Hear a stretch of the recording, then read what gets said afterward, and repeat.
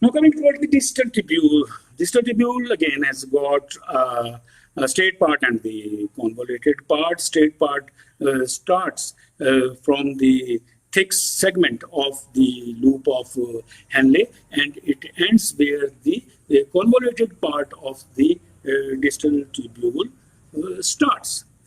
Now here, what types of cells are here? Simple cuboidal cells are here, and with a few microvilli on the luminal surface. And what is their function? They are absorbing the sodium, potassium, chloride, and I have already told you that this part is also impermeable to water under normal circumstances. And the terminal part of this segment of the straight part of the distal tubule, it presents the macula densa. And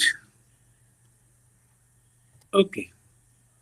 Now the distal tubule, it consists of distal straight tubule and distal convoluted tubule. Distal straight tubule lined by cuboidal cells which stains lightly with eosin and centrally placed spherical nucleus, few club-shaped microvilli, and show extensive infolding of basal plasmalemma with a large number of mitochondria. Terminal part presents macula densa. Now these distal convoluted tubules begin near the vascular pole of the renal corpuscle, where straight part of the distal tubule ends. After pursuing its tortuous course, each DCT ends by joining a cortical collecting tubule. Now, you can see here the difference between the proximal convoluted tubule and the distal convoluted tubule. The difference is in the cell. Here, you can see the these microvilli giving the brush border appearance to the PCT, in the PCT. And here, short microvilli, no brush border, right? And on the basal side, mitochondria present in almost equal amount. Basal striations are also present here. But the size is somewhat less as compared to the size of the PCT. Now, to describe the distal convoluted tubule, we will study in comparison. For example, distal convoluted tubule is lined by the simple cuboidal epithelium, but which is less in height. And what is the difference between the length of the PCT and the DCT? The length of the PCT, I have already told you, it is about 14 millimeter. But the length of this distal convoluted tubule, it is about 5 millimeter.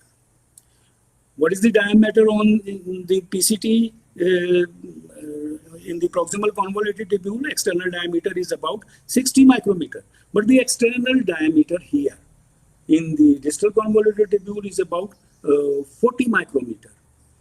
But there is a thing which is you must know, that the luminal diameter of the DCT is more as compared to the PCT. How this happened? This is because of the fact because these cells are of low height and no brush border is present. So the luminal diameter of the DCT is more as compared to the PCT. Sometimes it is asked in the MCQ. So you must know there is a difference between the external diameter and the luminal diameter. Okay, just to repeat it. Now the comparison of the DCT with the PCT. The cells of the DCT are smaller in size as compared to PCT, lined by the simple cuboidal epithelium, but without brush border. Average length of DCT is 5 millimeter and the PCT is 14 millimeter. And the DCT appear less numerous than the PCT in the sections of the cortical region of the kidney. Overall diameter is about 40 micrometer. That is less than that of the PCT, about 60 micrometer. Luminal diameter of the DCT is greater than PCT. This is because of the fact that the DCT cells are smaller in size, therefore low in height, and no brush border can be seen on these cells. Coming towards the function of the DCT. Okay, now the functions of the DCT. This DCT starts from here, where the straight part of the this distal tubule ends, and this distal convoluted tubule, after pursuing a tortuous course, it ends by it ends in the continuation with the connecting tubule or the cortical collecting tubule. Now, what happens here in the distal convoluted tubule? Now, what type of epithelium is present here in the distal convoluted tubule? So, simple cuboidal epithelium is present here. I have already told you that this part also, DCT is not permeable to the water under normal circumstances. So, I am stressing under normal circumstances. So, what happens here? There is reabsorption of sodium. There is reabsorption of this chloride and the bicarbonate, and there is secretion of hydrogen ion and the potassium ion. The simultaneous absorption of sodium and then the secretion of this potassium. This is under the effect of the aldosterone. Aldosterone is coming from the adrenal cortex. Okay, as it adds hydrogen ion, so it by the acidifying the urine, this distal convoluted tubules also take part in the regulation of the acid-base balance. Now, the functions of the DCT, just to revise again, the DCTs are virtually impermeable to water under normal circumstances. DCT reabsorbs sodium chloride bicarbonate from the glomerulofiltrate and secrete hydrogen and potassium ion into it. The process of reabsorption of sodium with simultaneous secretion of potassium is controlled by the aldosterone secreted by adrenal cortex. By acidifying the urine, the DCT contributing the regulation of the acid-base balance. Now, coming toward the collecting tubules and the collecting ducts. Now, here you can see where is the collecting tubule. Now, this is the collecting tubule. You see here, this is the collecting tubule. Now, each of this distal convoluted tubule, it continues to form the this collecting tubule, and this is the last part of the nephron, and these are lined by the simple cuboidal epithelium, and these collecting tubules, they actually unite to form the collecting duct. This is the collecting duct. Now, this collecting duct, it is lined by the columnar epithelium. This collecting tubule is lined by the cuboidal epithelium, and this duct is lined by the columnar epithelium. The diameter of this duct, which is formed as a collecting duct, initially it is about 40 micrometer, and then this diameter increases up to the 200 micrometer, where it calls the duct of Bellini. Then still increasing in size, the diameter become 30 micrometer in size, where it is called the this papillary duct. And now this papillary duct opens at the this minor calyx and drain the urine into the this pelvic part of the kidney. Okay, now you can see again here that each DCT continues into a cortical collecting tubule, also called connecting tubule, lined by the cuboidal epithelium, which is the last part of the nephron. The cortical collecting tubule joins to form the collecting duct, and collecting duct are lined by the columnar epithelium.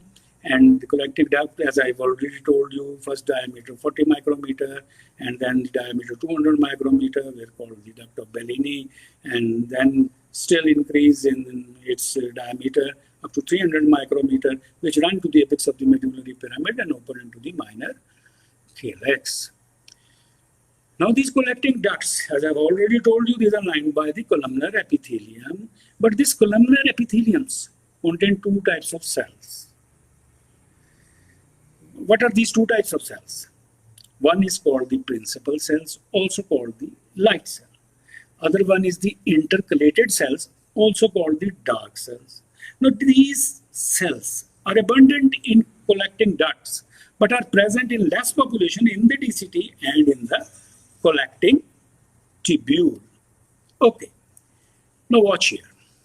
Now this is the collecting duct and various cells present here, the columnar cells you can see here. But now come to this side. You see here, these are the intercalated cells. These are the intercalated cells. And principal cells are here, the light color cells. Now this is actually the nucleus. Concentrated in the cytoplasm, you can see here the darkly stained cells, and these are more intensely eosinophilic, and that is why these intercalated cells are also called the dark cells. And the principal cells, and you see here in the cytoplasm, they are lightly stained. They are lightly stained. These light color cells, these are more as compared to these dark cells. Okay, now first I will describe these principal cells. Now these principal cells, these are light color cells because they take the light color with the eosin. And what is there in their cytoplasm of these principal cells? Principal cells have got a membrane bound protein which is called the aquaporin 2, AQP2.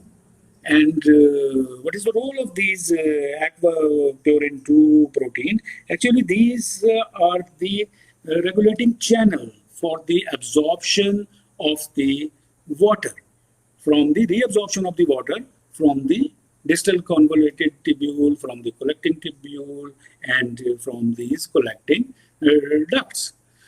Now what happens? Normally these channels are not working.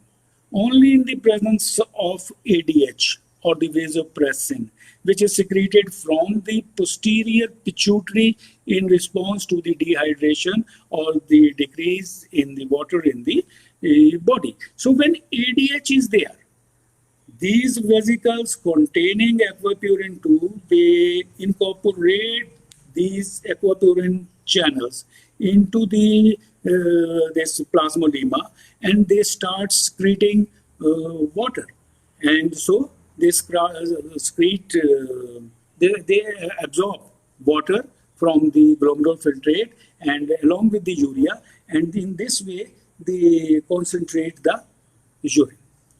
So these are the role of the principal cells, and these are more in number as compared to these dark cells, and these dark cells are called the intercalated cells. Now further, these intercalated cells, these on their luminal sides, there are small micropores there, but no microvilli present in these intercalated cells, and these are of two types, alpha and beta. Alpha intercalated and beta intercalated. Now, what is the role of these two types? The alpha intercalated cells in case of acidosis. In case of acidosis, they secrete hydrogen ion and they absorb bicarbonate.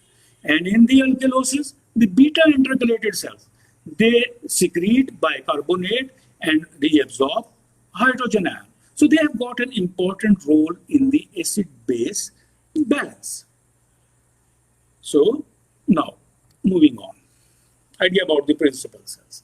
That these are the pale stellene cells. I have already told you where these principal cells are present. These are present in the Columnar cells, those are lining these collecting ducts in abundance, and this collecting tubule and DCT in a smaller amount.